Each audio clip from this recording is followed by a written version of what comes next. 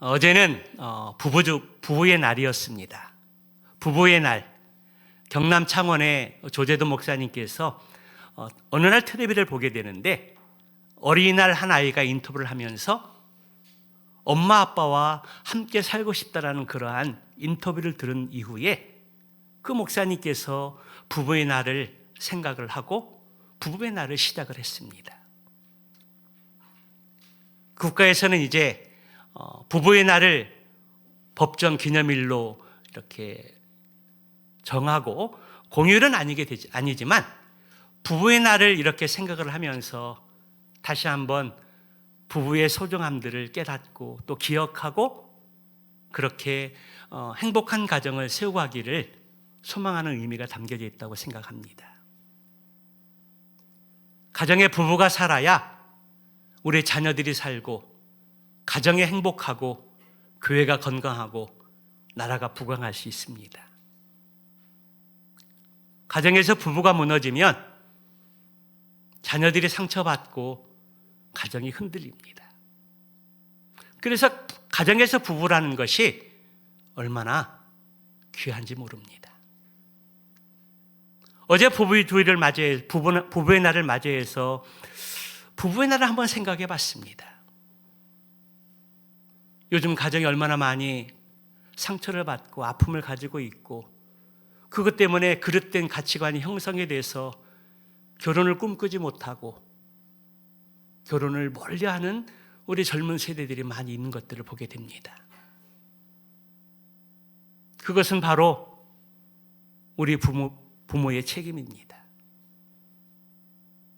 그래서 부부의 날을 맞이해서 다시 한번 저희 부부가 성령으로 하나 되고 또 하나님의 말씀을 따라 온전히 한 몸을 이루어서 더 건강한 모습으로 가정을 세우고 행복한 우리 교회를 세우고 그리고 우리 다음 세대들에게 꿈과 소망을 줬으면 좋겠다. 그런 마음들을 가지고 하나님 앞에 기도하고 간구하는 시간들을 가졌습니다. 둘이 하나가 되는 부부의 날. 그런데 여러분, 부부가 하나가 되는 것이 쉬운 일일까요? 어려운 일일까요? 쉬울 것 같지만 우리의 생각처럼 그리 쉬운 일들이 아니라는 것입니다. 쉬운 일들이 아니기에 법정 기념이라는 것을 이렇게 세워서 정말 다시 한번 부부의 소중함들을 기억을 하고 부부가 살아야 가정이 살고 자녀가 살고 교회가 살고 민족이 산다는 것들을 깨우쳐주고 있는 그러한 날이라고 생각이 되어집니다. 그렇습니다. 전혀 다른 환경에서 자란 남녀가 사랑한다고 만나서 하나가 되고 한 몸을 이루는 부부가 되어서 함께 한다는 것은 결코 쉬운 일들이 아닙니다. 그래서 어떤 부부는 함께 살아가다가 미움이 싹트게 되고 그것 때문에 싸우게 되고 헤어지는 일들이 있습니다. 철천지 원수가 되는 일들도 잦습니다. 그것도 부족해서 죽이는 일들도 있습니다. 이것이 오늘날 가정의 현실이고 우리의 삶의 모습이라는 것입니다. 둘이 하나가 된다라는 것. 이것은 인간의 힘으로나 능력으로는 불가능한 일입니다. 하나님의 은혜가 아니고서는 부부가 하나 되는 일들이 결코 쉽지 않다라는 겁니다. 우리가 예수 믿고 성령 충만하지 않으면 부부가 한 몸을 이루고 하나가 된다는 것이 결코 쉬운 일들이 아니라는 것입니다. 그래서 둘이 하나가 되어 사랑하고 살아도 힘든 이 세상 속에서 둘이 하나가 되어서 마음과 뜻과 우리의 생각들을 모아서 함께 가도 부족한 이 세상 속에서 우리는 오늘 부부주의를 맞이해서 다시 성경으로 돌아가자라는 것입니다. 부부주의를 맞이해서 오늘 성경에서 우리에게 뭐라고 말씀하고 있는지 귀 기울이고 그 말씀을 마음에 새기고, 우리가 연약한 존재들이지만, 우리가 부족한 사람들이지만 성경의 말씀을 따라가자라는 것입니다. 더 나아가서 결혼을 생각하고 주님을 기뻐하시는 가정을 세우고자 하는, 소망하는 우리 새벽일스 같은 믿음의 청년들뿐만 아니라 우리 다음 세대들에게도 결혼과 가정에 대한 설레이는 꿈과 비전을 발견하고 그 목적을 향해서 기도하고 달려갈 수 있는 그런 기회가 되시기를 주님의 이름으로 축원합니다. 사람이 세상에 태어나서 일평생 맺는 관계 속에서 가장 신비한 관계가 있다면 그것은 남녀가 만나서 사랑하게 되고 한 몸을 이루고 부부가 되는 삶이라 할 수 있을 것입니다. 사람은 어릴 때부터 사랑하는 사람을 찾고 있으며 사랑하는 사람을 통해서 삶의 깊은 신비를 경험하게 됩니다. 그래서 인생을 살아가면서 사랑하는 사람을 만나게 되고 결혼해서 한 가정을 세운다라는 것, 그것은 축복이요, 하나님의 은혜요, 기적이라고 할 수 있습니다. 하나님께서는 사랑하는 사람을 만나서 인간에게 계획하신 것은 창세기, 창조의 시대부터 시작이 됩니다. 하나님께서는 우주 만물을 창조하시고 에덴 동산을 지어 놓으시고 가장 마지막에 아담과 하와를 만드셨습니다. 그리고 아담과 하와가 만나게 되었을 때 아담이 하와에게 하는 말씀을 들어보십시오. 이제 나타났구나. 이제 나타났구나. 너는 내 뼈 중에 뼈요, 살 중에 살이로다. 아담이 사랑하는 사람을 만나게 되었을 때에 그러한 놀라운 고백을 하고 에덴 동산에서 가정을 이루게 되었다라는 것입니다. 그러나 하나님께 불순종하고 죄를 짓게 되었을 때 에덴 동산을 쫓겨나게 되고 이 지구상에서 참으로 힘들고 고달픈 인생의 삶을 살고 있는 것이 우리 인간들의 모습입니다. 우리는 다시 하나님께서 에덴 동산에 창조했던 그 가정의 모습들을 회복해야 하고 그 아름다운 에덴 동산을 향해서 우리의 꿈들을 다시 한번 키워가고, 그래서 주님 오시는 그날까지 이 땅에서 에덴 동산의 천국의 모형이라 할 수 있는 행복하고 건강한 가정을 세워야 하는 것들이 우리의 삶의 이유요 목적이라 할 수 있습니다. 오늘 본문의 아가서의 말씀은 솔로몬이 기록한 아름다운 사랑을 노래한 시입니다. 그런데 아가서의 말씀 8장까지를 읽어보게 되면은 하나님이라는 단어, 하나님의 이름을 부르는 표현들이 한마디도 나와 있지 않습니다. 그런데도 불구하고 이 아가서의 말씀이 정경 66권에 포함될 수 있었던 그 비밀이 무엇일까요? 그것은 남녀간의 아름다운 그 사랑을 통해서 우리의 신랑 되신 예수님과 신부된 우리들이 그러한 비밀을 이야기하고 있기 때문입니다. 아가서 2장 10절 14절의 말씀을 우리말 성경으로 한번 같이 천천히 한번 읽어보도록 할까요? 2장 10절부터 14절까지는 같이 봅니다. 시작. 내가 사랑하는 그분의 입을 열어 내게 말씀하십니다. 내 사랑하는 이여 일어나세요.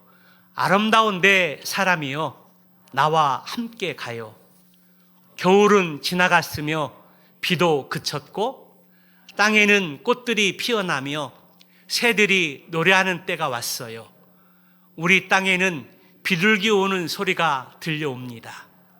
무화과 나무는 푸른 열매를 맺었고 꽃을 피는 포도나무는 향기를 퍼뜨리니 내 사랑이여 일어나 오세요. 내 사랑하는 그대여 나와 함께 떠나요. 14절.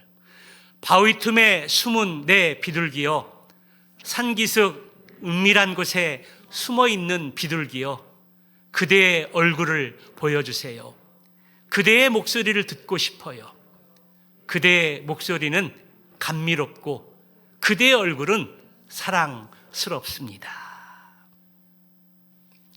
이 말씀을 함께 읽으니까 제가 아내와 이렇게 연애할 때 아가서의 말씀을 인용을 해서 이 말씀들을 첫 부분에 이렇게 성경 말씀을 옮겨서 기록을 하고, 솔로몬이 술라미 여인에게 고백했던, 그리고 사랑한다라고 표현했던 그 표현들을 연애 편지를 쓰면서 아내에게 전달했던 내용의 한 부분이기도 합니다.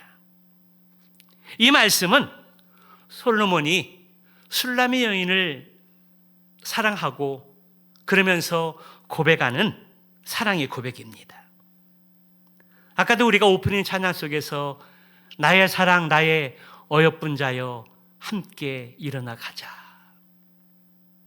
우리가 오프닝 찬양에서 그 찬양을 함께 드렸는데요, 오늘 솔로몬이 10절의 말씀에서 나의 사랑 나의 어여쁜 자여 일어나서 함께 가자, 그러면서 그는 사랑을 꽃처럼 눈으로 보고 비둘기 소리처럼 듣고 포도나무의 아름다운 향기를 향기처럼 향내를 맺고, 그래서 눈으로 사랑을 보고 귀로 사랑을 들으며 입으로 사랑을 맛보는 시각과 청각과 후각 전체에 사랑을 표현하고 있는 것입니다. 솔로몬 왕이 이렇게 자신의 모든 것들을 동원해서 술라미 여인에게 사랑을 고백하게 되었을 때에 술라미 여인이 솔로몬 왕에게 요청하고 부탁하는 말이 있었습니다. 그 말씀이 바로 15절의 말씀인데요, 우리를 위하여 여우 곧 포도원을 허는 작은 여우를 잡으라. 우리의 포도원에 꽃이 피었습니다. 이 말씀을 공동 번역의 말씀으로 다시 한번 보게 되면, 여우떼를 잡아주세요. 꽃이 한창인 우리의 포도밭을 짓밟는 새끼 여우떼를 잡아주세요 라고 그렇게 부탁하고 있습니다. 사랑의 고백을 들은 술라미 여인이 솔로몬 왕에게 이렇게 부탁하는 그 이유가 무엇일까요? 그것은 포도원에 사랑의 꽃이 피었는데 여우가 침노하면 꽃들이 시들고 가지를 갉아먹고 포도원을 짓밟기 때문입니다. 그래서 여우를 붙잡아 달라고 그렇게 부탁하는 것들을 보게 됩니다. 다시 말하면 지금 당신 나에게 2장 10절부터 14절까지 아름다운 사랑을 고백하고 있는데, 그 사랑의 고백이 그대로 나에게 올 수 있도록 아름다운 꽃처럼, 아름다운 향기처럼, 아름다운 꿀처럼 임하기를 원한다라면 여우 새끼를 잡아야 한다라고 그렇게 말하고 있는 것입니다.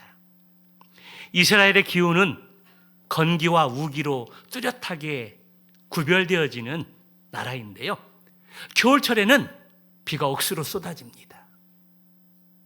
홍수를 이루고 범람해서 그럴 정도로 비가 엄청 많이 쏟아집니다. 그리고 건기인 봄이 시작이 될 때는 비가 거의 오지 않습니다. 봄이 되면 씨를 뿌리고 농사를 준비를 하고 그래야 되는데, 봄에는 비가 거의 오지 않는다는 것입니다. 특별히 3월달, 4월달이 이제 씨를 뿌리고 농부들이 준비하는 시기인데, 이 시기에 꽃을 피워 수정을 해야만이 가을에 원하는 열매들을 맺을 수 있습니다. 그런데 물도 부족한데 포도원에 작은 여우가 찾아와서 헤집고 돌아다닌다면 농사가 망칠 수 있는 것입니다. 그런데 그때 나타나는 불청객 하나가 있는데 바로 여우라는 것입니다. 이 여우는 아주 작은 여우이지만 이 여우가 나타나서 포도원 둥지에 굴을 파고 서식하면서 봄철 포도나무에 싹이 돋고 꽃이 필 무렵이 되면 포도원을 돌아다니면서 포도나무를 갉아먹고 해치고 돌아다닌다는 것입니다. 그러므로 포도원에 꽃이 피고 아름다운 열매를 맺는 데 방해되는 이 여우 새끼를 잡아야 했습니다. 그래서 이스라엘 농부들은 이 시기가 되면 망대를 세워놓고 작은 여우 새끼들이 포도원에 들어오는지 들어오지 않는지 그 망을 보면서 여우로부터 포도원을 지킨다고 합니다. 오늘 본문의 말씀에 포도원을 이야기하고 있는데 이 포도원은 두 가지 상징적인 장소가 있습니다. 기관이 있습니다. 하나는 맛있는 포도 열매를 맺어야 하는 교회를 지칭하는 것이고요. 또 하나는 행복한 가정을 세워야 하는 가정을 의미하는 표현입니다. 포도원이 아름답게 꽃을 피우고 열매를 맺으려면 포도원을 허무는 여우가 있어서는 안 된다는 것입니다. 여우가 몰래 들어와서 조그만 굴을 파고 숨어 있다가 꽃이 필 무렵에 수정을 해야 될 그 시기에 해집고 돌아다녀서 망가뜨리면 원하는 열매를 맺을 수 없다는 것입니다. 그래서 여우 새끼를 사냥해야 하고 여우를 꼭 잡아야 했던 것입니다. 하나님께 이 세상 가운데 가장 먼저 세운 기관이 있다면 그것은 가정이요. 그리고 그 이후에 하나님이 교회를 세우셨습니다.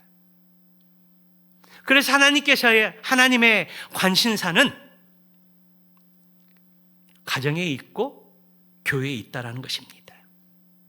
그런데 오늘날 가정이 무너지고 그리고 교회가 해체되는 그 속도가 빨라도 너무 빨리 진행된다는 것입니다. 특히 코로나 시대를 거치고 경제적인 어려움들을 거치면서 이혼한 가정들이 더 많이 증가하고 있고요. 교회를 유지하지 못해서 교회에 폐쇄 신고를 하는 일들이 적지 않다는 것입니다. 오늘날 일컬어 많은 사람들이 마지막 시대로 그렇게 일컫고 있는데 포도원이 상징하는 가정과 교회를 지키고 건강하게 세워가는 것이 참으로 중요한 사명이라 할 수 있습니다. 그러기 위해서는 가정을 허물고 교회를 허무는 이 작은 여우, 이 작은 여우가 무엇인지를 우리는 바로 깨달아 알아야 합니다. 지피지기면 백전백승이라. 저걸 알고 나를 알면 100번 싸워도 100번 이긴다는 의미입니다. 그렇다면 여러분, 포도원을 허무는 이 작은 여우는 어떤 속성을 가지고 있을까요? 이 작은 여우가 어떤 특성을 가지고 있기에 가정을 허물고 거룩한 교회를 무너뜨리는 것일까요? 작은 여우를 분석하면 첫째로 여우는 겉모양이 참으로 예쁘고 아름답습니다. 우리 여우 사진 한번 볼까요? 조금 무섭기도 이렇게 하지만 아주 귀엽고 예쁘게 생겼습니다. 여우의 겉모양은 이렇게 예쁘고 아름답다는 것입니다. 여우는 가죽 때문에 사랑받고 가죽 때문에 죽습니다.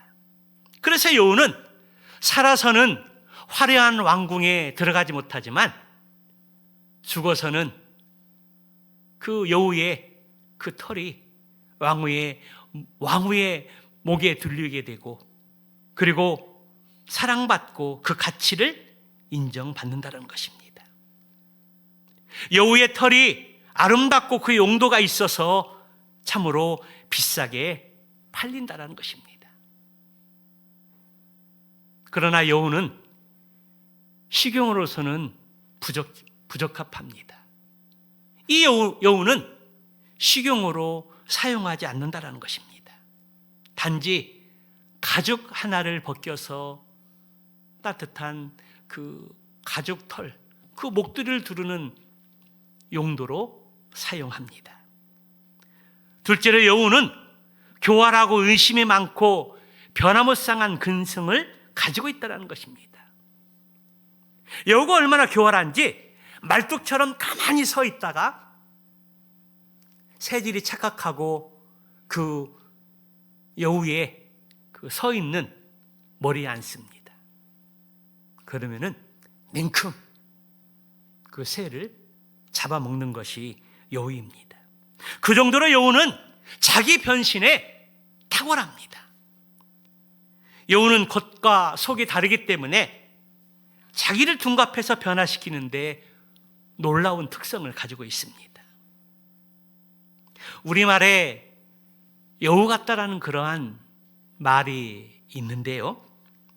여우 같다는 이 말은 약삭 빠르고 그런 의미도 표현되지만 자신의 이익을 위해서 남을 속이고 이용하고 희생시켜서 자기 이익을 취하는 사람을 일컬어서 여우 같다라는 그런 말을 표현합니다.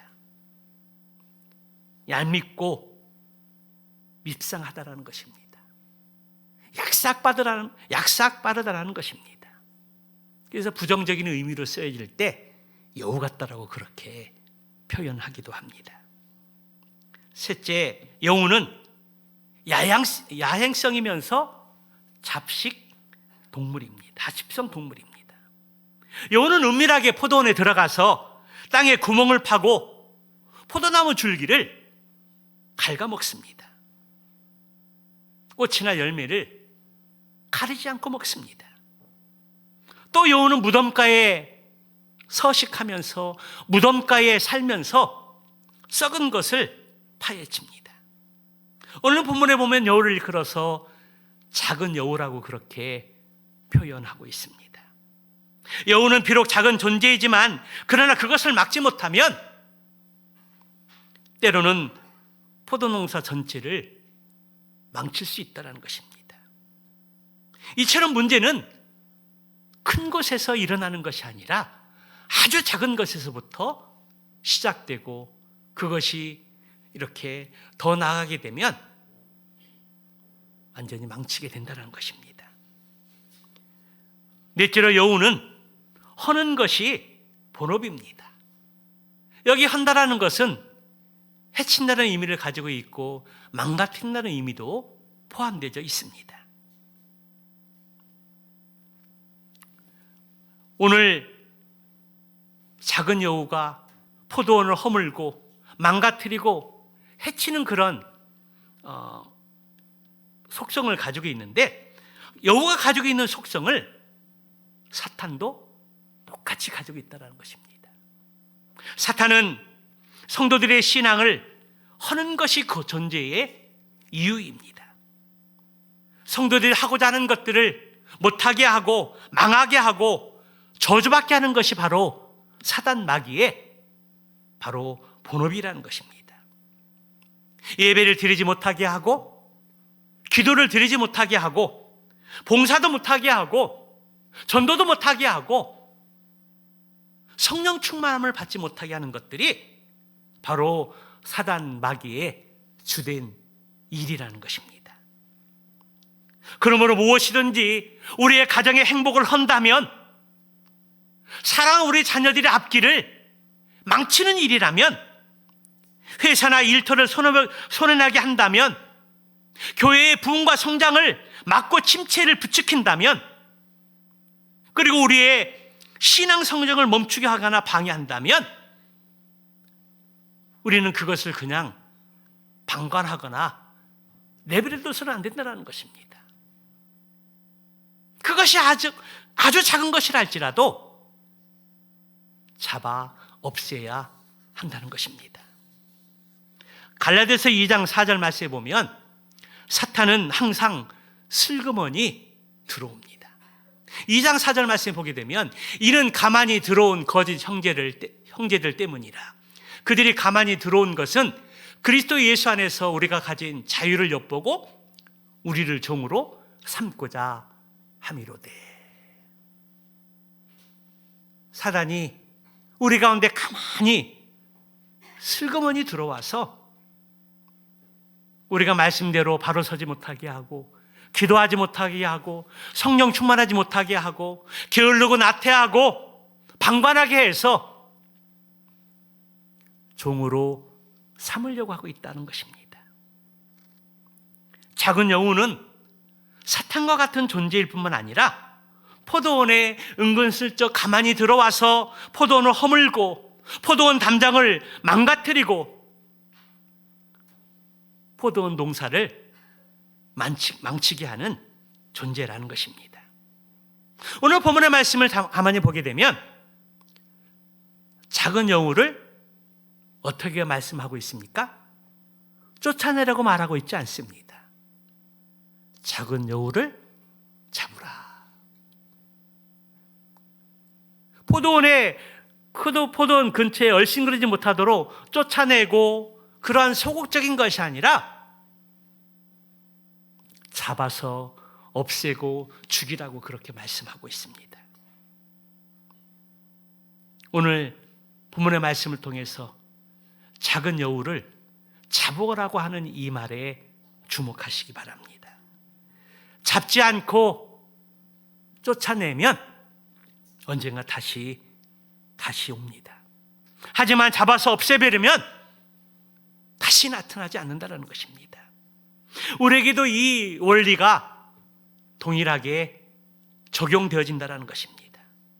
가정의 분란을 일으키고 우리의 신앙생활을 방해하면서 교회 부흥을 가로막는 요소는 그 근원부터 없애야 하고 잡아서 죽여버려야 합니다. 그렇지 않고 쫓아내기만 하면 그냥 경고하고 멀리 쫓아내기만 하면 살려두면 나중에 그것이 큰 화근이 되어서 돌아오게 된다는 것입니다. 성도 여러분, 여호와의 속성을 바로 알고 속지 마시기 바랍니다. 사단 마귀의 정체를 그 유혹에서 넘어가지 마시기 바랍니다. 아무리 작은 것이라 할지라도 우리의 신앙생활을 방해하는 것이 있다면, 가정을 허물고 교회에 해가 되는 것이 있다면 우리는 과감하게 그것을 잡아 없애야 합니다. 그것이 습관이든 전통이든 지식이든 일이든 우리의 신앙생활을 방해하는 것이 있다면 그것은 작은 여우의 수작이요 사단 마귀의 전략이라는 것을 결코 잊지 마시기 바랍니다. 요한복음 15장 4절 5절 말씀에 보게 되면 우리 한번 같이 읽어볼까요? 시작. 내 안에 거하라. 나도 너희 안에 거하리라. 가지가 포도나무에 붙어있지 아니하면 스스로 열매를 맺을 수 없음 같이 너희도 내 안에 있지 아니하면 그러하리라. 나는 포도나무요 너희는 가지라. 그가 내 안에 내가 그 안에 거하면 사람의 열매를 많이 맺나니 나를 떠나서는 너희가 아무것도 할 수 없습니다. 여러분, 함께 읽은 요한복음 15장 4절 5절 이 말씀은 불변의 진리의 말씀입니다. 너희가 내 안에 거하라. 내가 너희 안에 거하고 너희가 내 안에 거하라. 사랑하는 성도 여러분, 사랑하는 우리 자녀들이 주님 안에 잘 거하고 있습니까? 생명 되신 우리 주님이 내 안에 거하고 또 주님 안에 우리가 거하는 삶을 살고 있습니까? 여러분, 이 말씀을 듣고 그냥 한쪽 귀로 듣고 한쪽 귀로 흘려보내지 마시기 바랍니다. 너희가 내 안에 거하고 내 말이 너희 안에 거하라. 우리 인생에서 우리 주님이 우리 안에 거하고 있는지, 주님 안에 우리가 거하고 있는지 잘 점검할 수 있기를 바랍니다. 그리고 우리가 주님 안에 우리가 거하게 될 때에, 그리고 내가 주님 가운데 거하게 될 때에 우리는 우리가 원하는 열매를 맺을 수 있고 우리가 원하는 것들을 이루어갈 수 있습니다. 우리가 주님 안에 거하지 않으면 우리는 결코 열매를 맺을 수 없습니다. 우리가 열매를 맺지 못하는 이유가 무엇일까요? 왜 우리 인생에서 매일 어려움들이 찾아 끊이지 않고 왜 우리가 그것 때문에 주저앉게 되고 어려움을 당하는 이유가 무엇일까요? 성경의 원리를 잘 이해할 수 있기를 바랍니다. 내 안에 거하라. 나도 너희 안에 거하리라. 너희도 내 안에 있지 아니하면 과실을 맺을 수 없도다. 그러나 너희가 주님 안에 거하게 되면 열매를 맺을 수 있을 것이다.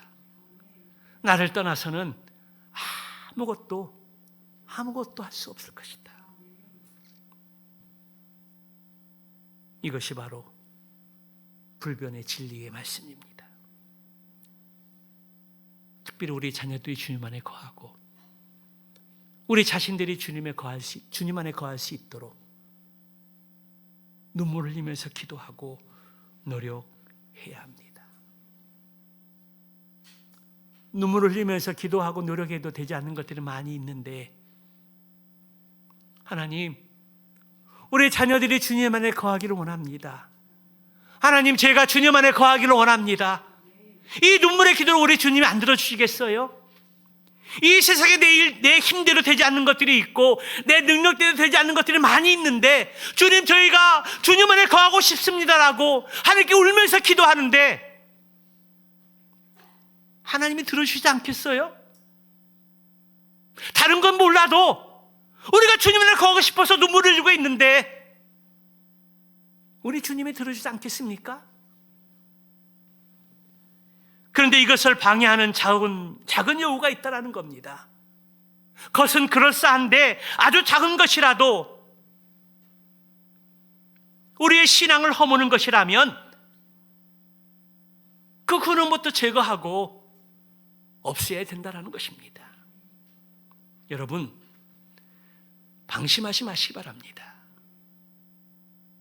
서 있는 것 같으나 넘어질까 조심해야 됩니다. 우리 자신뿐만 아니라 우리 자녀를 바라볼 때 결코 안심할 수 있는 시대가 아닙니다. 눈으로 보여지는 것 속일 수 있습니다. 얼마든지 가릴 수 있습니다. 위장할 수 있습니다. 변신할 수 있습니다. 부모의 눈을 속일 수 있고 부모의 눈을 속여 말릴 수 있습니다. 보이는 것에 속지 마시기 바랍니다. 보이는 것에 안심하지 마시기 바랍니다. 이 세상에 안심할 것이 아무것도 없습니다. 가정은 하나님께 우리에게 주신 소중한 축복의 통로입니다. 우리 가족, 우리 자녀들 너무나 소중한 하나님의 축복의 산물입니다.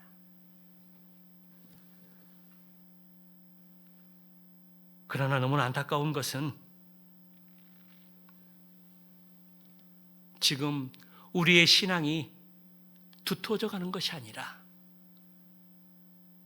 너무나 얇아져 가는 느낌들이 강하게 다가온다는 것입니다.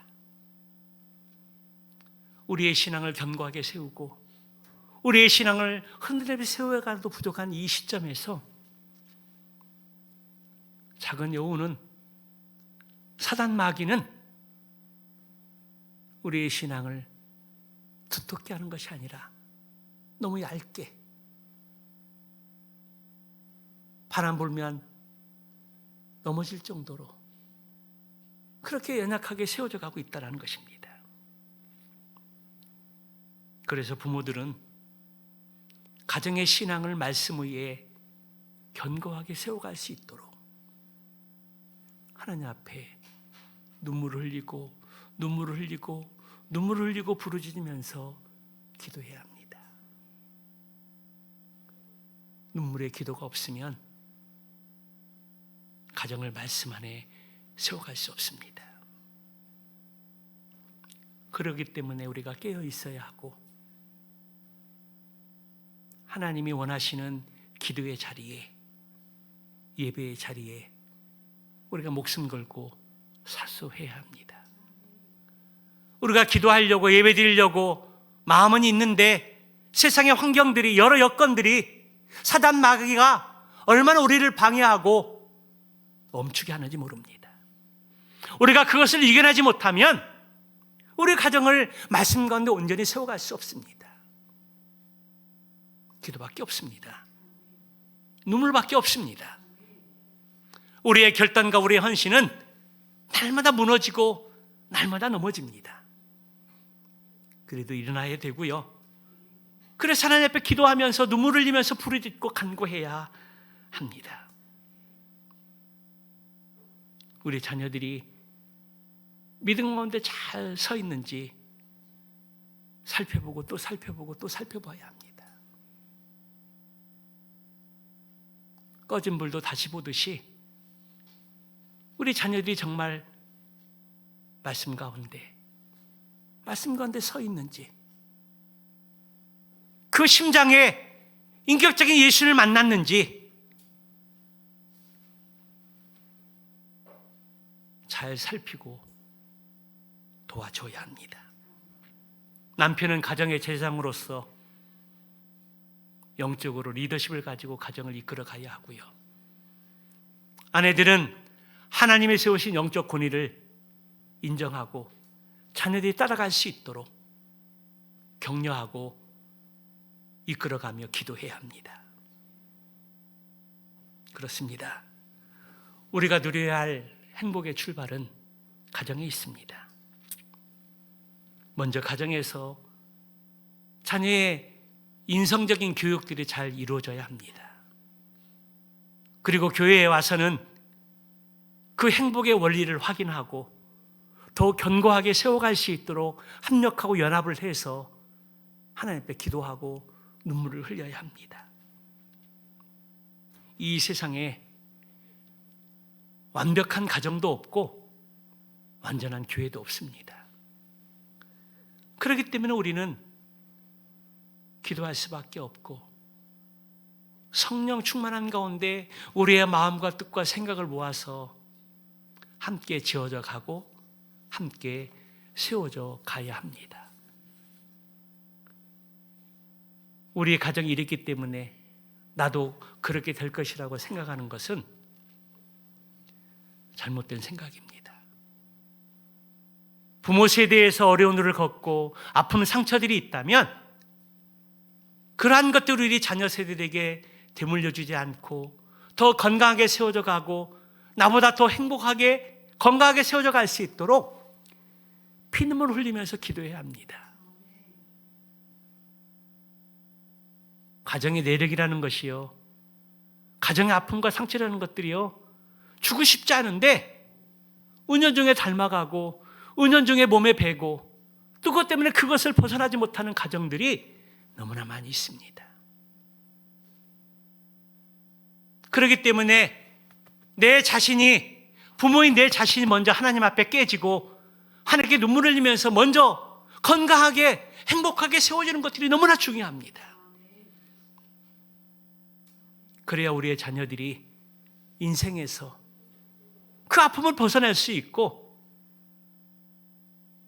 주님을 토대로 해서 새롭게 건강하고 행복한 가정을 세워갈 수 있는 것입니다. 여러분, 정신 차리십시다. 나의 아픔을 우리 자녀들 그대로 되물려주고 싶습니까? 나의 어려움과 아픔들을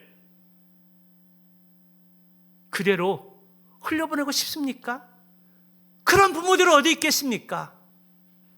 그렇게 하고 싶지 않잖아요. 그럼 우리가 말씀 가운데 바로 서 있어야 합니다. 기도 가운데 깨어 있어야 합니다.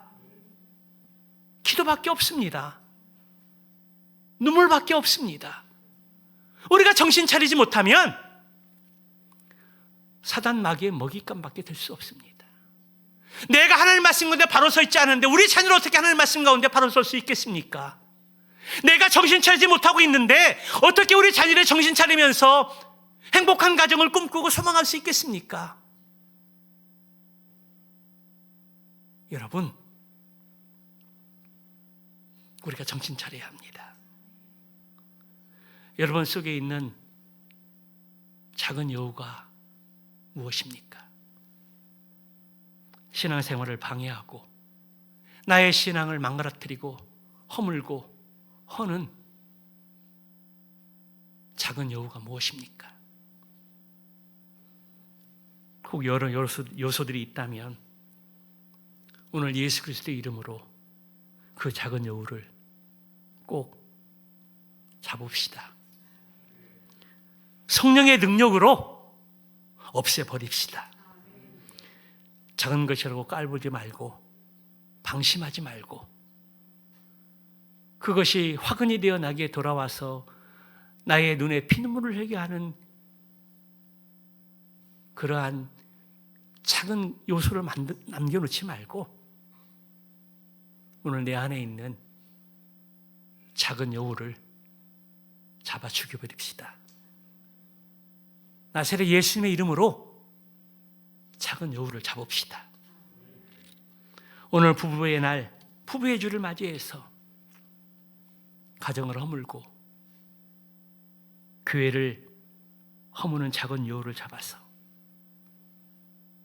포도나무에 아름다운 열매들이 맺히고 잘 익은 포도나무를 함께 따서 먹고 마시는 행복한 가정, 건강한 교회를 꿈꾸고 소망하는 가운데 오늘 이 말씀을 명심하고 내 안에 있는 작은 여우, 나를 넘어뜨리는 사단 마귀의 그러한 계략들을 성령 충만한 가운데 지혜의 눈으로 잘 분별해서 작은 여우를 잡고 사단 마귀를 대적해서 행복한 가정, 건강한 교회를 세워갈 수 있는 성령의 충만함과 지혜와 능력과 믿음이 저와 여러분 가운데 충만하시기를 주님으로 축원합니다. 기도하시겠습니다. 오늘 본문의 말씀을 통해서 작은 여우를 잡으라고 말씀합니다. 작은 여우를 내쫓지 말고 잡으라고 말합니다. 오늘 말씀을 들으면서 우리 가운데 내 속에 작은 여우가 무엇인지를 한번 생각하시기를 바랍니다. 가정을 허물고 상처를 주고 아픔을 주었던 작은 여우가 무엇인지, 작은 여우가 사단 마귀가 연합해서 우리를 넘어뜨리고 하는 그 많은 것들이 무엇인지 우리가 한번 살펴보기를 원합니다. 그리고 오늘 하나님의 말씀을 통해서 작은 여우를 잡으라, 잡은 여우를 잡아서 없애버려라, 그렇게 말씀하신 하나님의 음성을 듣고 하나님, 내 속에 있는 작은 여우를 잡아 없애기를 원합니다. 저에게 성령의 충만함을 주시옵시고 더 나아가 눈물의 기도를 통해서 작은 여우를 잡고 우리가 꿈꾸고 소망하는 행복한 가정, 건강한 교회를 세워갈 수 있도록 도와주시옵소서. 우리의 아픔과 상처와 절망이 내 대에서 끝이고 우리 자녀들에게 주님을 알게 하고 주님 안에 거하게 하고, 그래서 주님이 주시는 에덴 동산을 회복할 수 있는 은혜와 축복을 달라고 기도하기 원합니다. 하나님, 나의 인생에서 나의 인생의 어려움들이 끝나고 우리 자녀들에게 에덴 동산의 축복을 허락해 주시옵소서. 우리 1분 동안 같이 기도하겠습니다. 걸어가신 하나님 아버지 하나님,